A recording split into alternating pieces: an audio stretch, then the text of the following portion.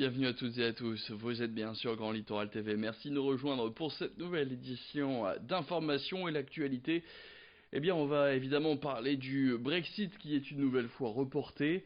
Il était d'abord prévu pour mars, puis avril, puis octobre et cette fois eh bien, le délai supplémentaire accordé par l'Union Européenne nous amène donc à la fin du mois de janvier 2020, un énième report mais qui fait le bonheur de certains, comme par exemple des marailleurs de Capécure. Alors si le départ de l'Angleterre de l'Union européenne venait à se faire sans accord, eh bien les entreprises situées dans ce quartier économique de Boulogne-sur-Mer a estimé leur perte économique à 30%.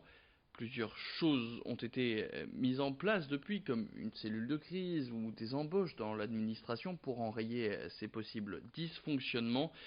Mais les entreprises travaillant avec des produits ultra frais restent vigilantes sur ce dossier qui pourrait être fatal à beaucoup d'entre elles, comme le confie Emeric Chan, secrétaire général du syndicat des marailleurs, au micro de Corentin Escaillé.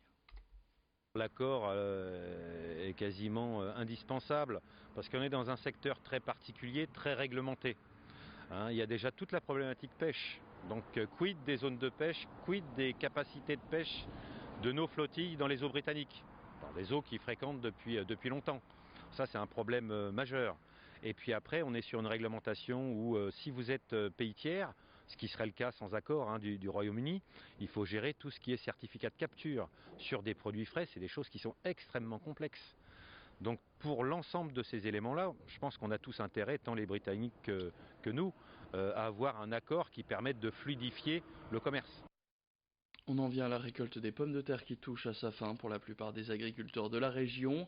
L'heure est donc au bilan pour cette année, marquée notamment par une forte sécheresse cet été, mais aussi par des intempéries depuis la rentrée scolaire. Alors pour savoir si la récolte a été bonne, nos journalistes se sont rendus dans l'exploitation de Quentin Detombe au Quesnoy-sur-Dole. Lui a terminé de récolter ses pommes de terre la semaine dernière, et si l'année n'a pas été aussi catastrophique que prévu, elle reste tout de même loin d'être extraordinaire. Un constat plutôt général dans la région, la trop grande quantité d'eau tombée sur un sol trop sec a perturbé les récoltes. Écoutez Quentin Detombe au micro de Rémi Desremeaux. Nous dernièrement on a eu énormément de pluie depuis la mi-septembre, deux fois plus du double de ce qu'on a habituellement, et quand vous allez vers le littoral, il y a des moments où ils ont eu deux à trois fois un mois normal, quoi. Donc là-bas la question des récoltes, il y a certains agriculteurs qui sont déjà même pas à la moitié de leur surface récoltée, d'où un stress pour les agriculteurs de sauver leur récolte, et la question des fois se pose à des problèmes d'entrée dans les parcelles, quoi, des conditions de portance qui ne sont pas réunies pour rentrer sur les parcelles. Les températures diminuent, donc il va vraiment être temps de sortir ces pommes de terre du champ parce que dès qu'ils gèlent après c'est vraiment pas bon pour la conservation des pommes de terre. Allez, on parle maintenant emploi et de ce dispositif CDI intérimaire. Créé en 2014, ce contrat permet de bénéficier des avantages du CDI classique, comme des garanties de rémunération annuelle ou l'accès aux prêts et au logement, le tout en enchaînant des missions de travail temporaires. C'est le cas de Giovanni Magnolia, il est en CDI intérimaire chez Manpower et actuellement il est en mission pour Norclim, une TPE qui a pour but d'évoluer et de devenir une entreprise de taille intermédiaire et de doubler aussi son chiffre d'affaires et ses effectifs d'ici à 5 ans. L'entreprise a donc besoin d'un accompagnement dans ses ressources humaines afin de trouver des effectifs et de pouvoir mettre en place des formations. Elle va donc trouver cette aide rapidement grâce au CDII. Explication d'Éric Ferton, directeur du secteur Opal-Artois chez Manpower, au micro de Géry Jouot de Fer.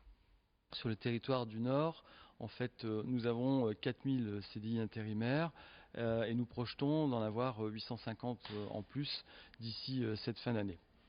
Le statut du CDI intérimaire présente en fait l'avantage de pouvoir sécuriser les parcours professionnels au niveau des personnes qui choisissent ce dispositif, mais aussi d'enchaîner les missions.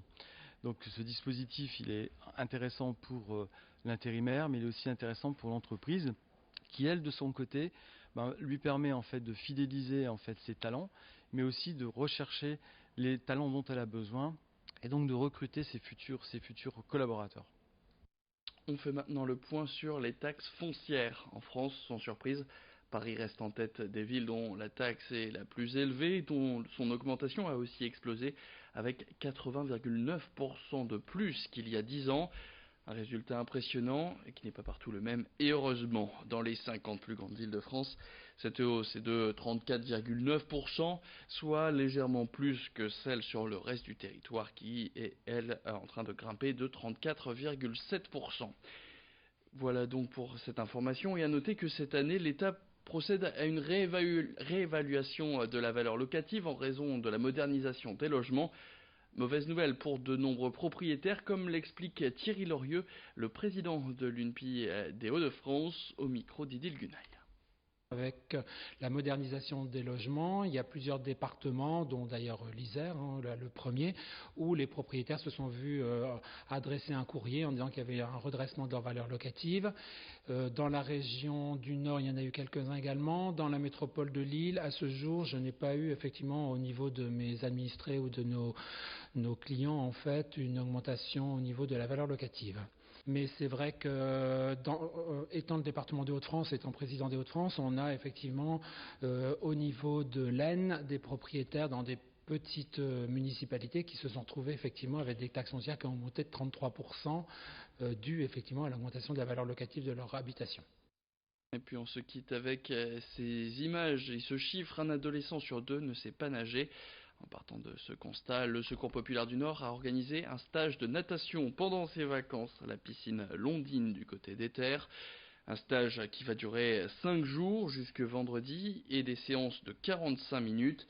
L'objectif de ce stage, ce n'est pas forcément que tous sortent avec un brevet de natation, mais au moins que les jeunes participants craignent moins l'eau et qu'ils puissent évoluer dans ce milieu qui peut parfois être perçu comme hostile en apprenant au moins une nage. Voilà donc pour ces images signées Géry Jouot de Fer. C'est la fin de cette édition. Merci à toutes et à tous de l'avoir suivi. Tout de suite sur Grand Littoral TV, vous retrouvez vos prévisions météo.